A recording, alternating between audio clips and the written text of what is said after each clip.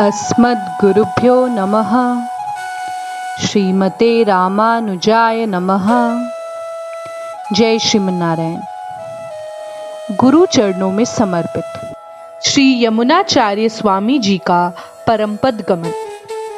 शिष्यों के साथ कांचीपुरी से श्रीरंगम लौटकर भगवान यमुनाचार्य वहां श्री रामानुजाचार्य के योगक्षेम का पता लगाते हुए निवास करने लगे। जब उन्होंने सुना कि श्री रामानुजाचार्य यादव प्रकाशाचार्य के यहाँ अध्ययन छोड़कर हस्तगिरी निवासी भगवान के स्वर्ण कुंभ से शालकूप से लाकर जल प्रदान की सेवा में नियत हैं, तो अपने शिष्य श्री महापूर्णाचार्य स्वामी जी को स्वर चित्त आलवानदार स्तोत्र को देकर बोले, कांचीपुरी जाकर भगवान वरदराज को इस स्तोत्र का पाठ सुनाओ। भगवान यमुनाचार्य की आज्ञा पाकर श्री महापूर्ण स्वामी जी शीघ्र ही कांचीपुरी आकर भगवान वरदराज के सानिध्य में साष्टांग प्रणिपात करके स्तोत्र रत्न का पाठ करने लगे। श्री कांचीपूर्ण स्वामी जी के सानिध्य में श्री महापूर्ण स्वामी जी भगवान वरदराज का पाठ कर ही रहे थे कि श्री रामानुजाचार्य स्वर्ण कुंभ में जल लेकर भगवान वरदराज के सानिध्य में जल सेवार्थ आए। यहाँ महापूर्ण स्वामी जी ने स्तोत्र रूप में कहा, भगवान नारायण, कौन ऐसा वैदिक होगा जो भगवती रिक्त में स्वाभाविक अनवधिकातिशय इति त्रिव्य को मानेगा, जबकि ब्रह्मा, शिव, इंद्र, यहाँ तक कि भक्त पुरुष भी आपके महिमा रूपी समुद्र के जल के एक बूंद की नाई हैं। इस श्लोक को सुनकर श्री रामानुजाचार्य आश्चर्यवृंत हो श्री महापूर्णाचार्य स्वामी जी से पूछे, विप्रवर, आप जिस स्तोत्र का पाठ कर रहे हैं उसके प्रेरणा कौन है? श्री रामानुजाचार्य की शुद्ध भावना भरी वाणी सुनकर श्री महापूर्णाचार्य स्वामी जी बोले, श्रीरंगम के ब्राह्मण वंश में उत्पन्न सदाचारी सन्यासी भगवान यमुनाचार्य द्वारा प्रणीत यह स्तोत्र रत्न है। श्री महापूर्णाचार्य स्वामी जी का उत्तर सुनकर श्री रामानुजाचार्य स्वामी जी बोले, श्रीमन, मैं आपके साथ चलकर उनका दर्शन करना चाहता हूँ। श्री महापूर्ण स्वामी जी के साथ श्री रामानुजाचार्य श्री यमुनाचार्य के दर्शनार्थ आते हुए जानकर भगवान रंगनाथ सोचे, यदि रामानुजाचार्य की यमुनाचार्य जी से मुलाकात हो गई तो हमारी लीला विभूति ही नष्ट हो जाएगी। अतः उन्होंने अर्चक के मुख से भगवान यमुनाचार्य को कहलवा दिया, यतिवर, आज मैं आपको परमपद प्रदान करूंगा। भगवान रंगनाथ की आज्ञा सुनकर यमुनाचार्य जी रामानुज को देखने की इच्छा से उन्हें साष्टांग प्रणिपात करके बोले, भगवान, आज के 8वें दिन मैं परमपद जाना चाहता हूँ।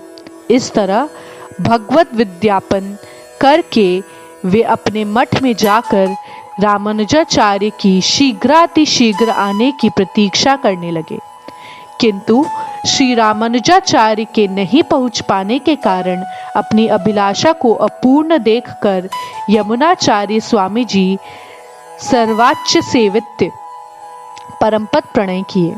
दीन हृदय से श्री यमुनाचार्य का अंतिम दर्शन करते हुए श्री रामानुजाचार्य बोले, भगवान, श्री यमुनाचार्य से मेरा वार्तालाप करने का सहयोग न प्राप्त होना उसी तरह है जिस तरह शूद्रों को बड़ों की संगति रूप अप्राप्ति।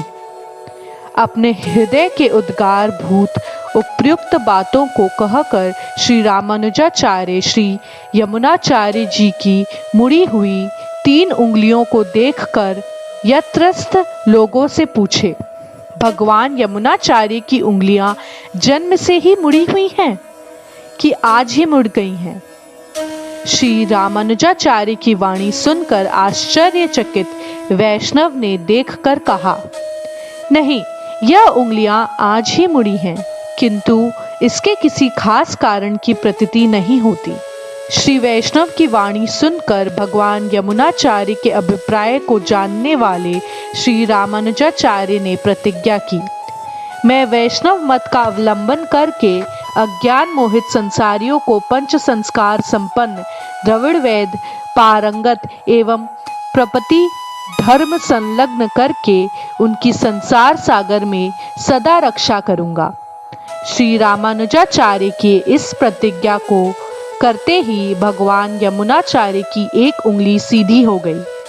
इसके बाद श्री रामानुजाचार्य ने दूसरी प्रतिज्ञा की, मैं संपूर्ण उपनिषदों तत्वों का संग्रह करके श्री भाष्य की रचना करूंगा।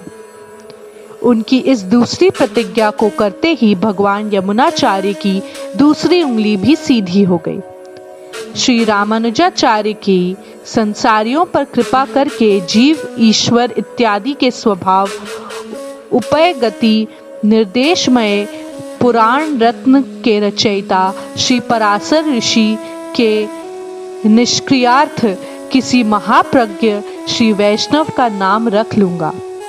यह प्रतिज्ञा सुनकर भगवान यमुनाचार्य की तीसरी उंगली भी सीधी हो गई।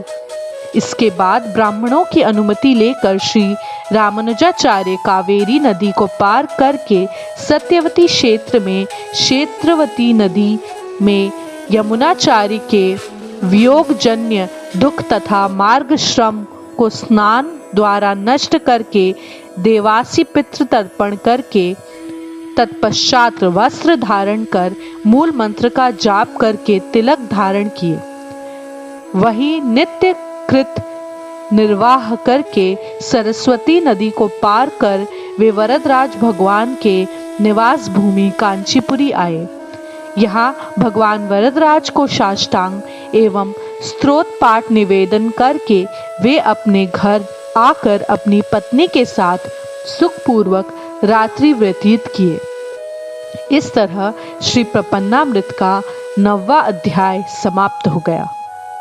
इस वीडियो से जुड़े हुए कोई भी सवाल आप नीचे कमेंट बॉक्स में पूछ सकते हैं। धन्यवाद। वीडियो अगर अच्छा लगा हो तो इसे लाइक करें, अन्य भागवतों के साथ शेयर करें और हर वीडियो की अपडेट पाने के लिए चैनल को सब्सक्राइब करें।